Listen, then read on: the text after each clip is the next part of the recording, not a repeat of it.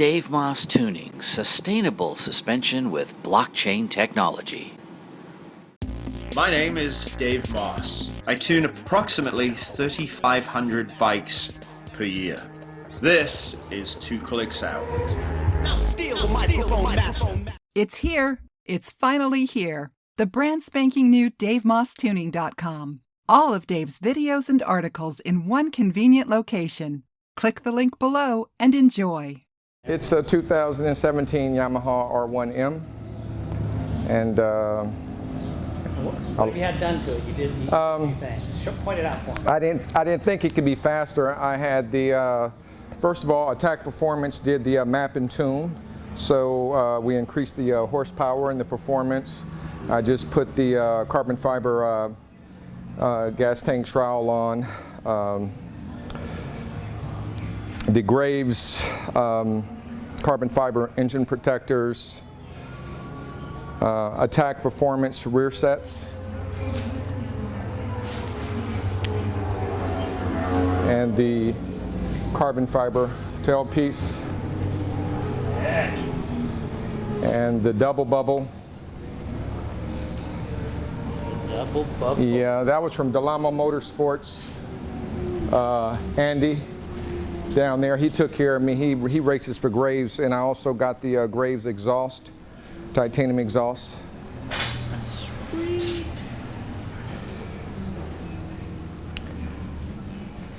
And I'm running the Super Courses SC2s from Pirelli.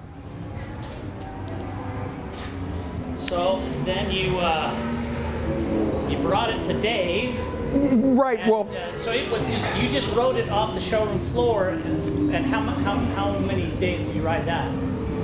I mean, I had never rode the bike. I bought it June of last year, and I liked it. I did the reviews on it. I mean, you know, I read the reviews, and it was good. And when I rode it, it was just totally awesome. And then I had to. You never think you want to go faster, but the technology is really incredible.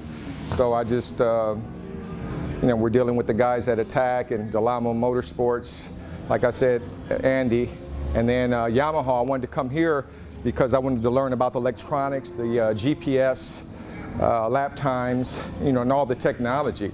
You know, it's so advanced. You know, I just wanted the guys from Yamaha, and then I saw Dave, and I was like, hey, that's Dave. I only see him on YouTube, you know, because I watch his channel, and it's, you know, he has so much information. So I was just really happy to see him here, and because it's a RM1, you know, with the electronic, you know, suspension and all the stuff, you know, I just didn't want anybody to touch it. So, you know, I told him, I said, man, I'm like 245, 272 or so with my gear on. You know, can you do anything for me? And he's like, most definitely. So I left him with him, and you know, I jumped on it. He told me he had stiffened up the front suspension and did some other adjustments to compensate for my weight.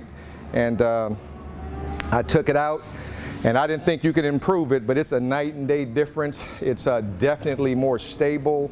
You know, I just, you know, point and shoot, and it just does what I want it to do. But I could really feel the difference, the stability. You know, it wasn't all the shaking once he made the adjustments that he did. He's totally awesome.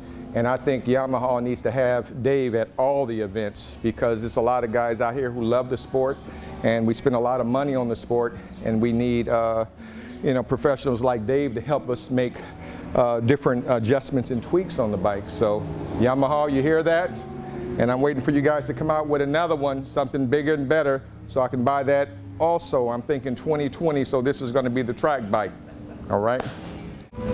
So on the R1M with a rider of 275 pounds, there's a lot of work to be done to get that bike to cope with the rider's weight, apart from the fact that it was being run in A mode with full power.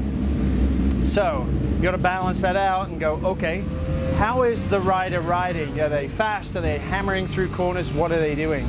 So the rider was riding well, using all the tire, very smooth, but not blazing fast. So the best thing to do is set the bike up to his use of travel front and rear, and he was bottoming the front heavily. So six turns of preload were installed into the forks, and the electrical adjusters have to be removed to be able to do that and clip back in.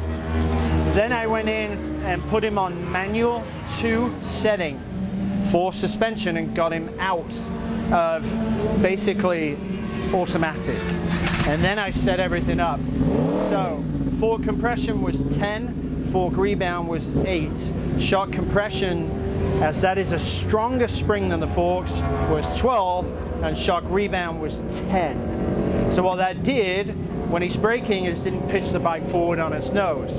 When he's going through the fast sweeper in Riverside, instead of the bars going side to side because the bike's pitching forwards and backwards at steady throttle, not through fueling, through weight transfer that won't stop, gave him incredible stability through the fast sections of the track. What does that mean? Well, you come in with a grin. You come in without sweat pouring out of your helmet. You come in with a smile because it was fun versus breathing to get your oxygen content back up. So the bike now does what he wants it to do. It will continue to do that for a few more track days, but given his weight and his increase in ability, we have to revalve, respring. He's a substantial human being.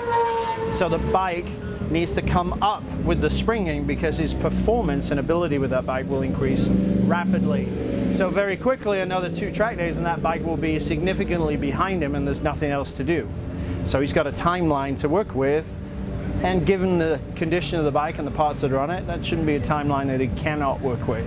So we'll look forward to seeing him again with everything correct and then dial it to him at that point with a bike that's made for him.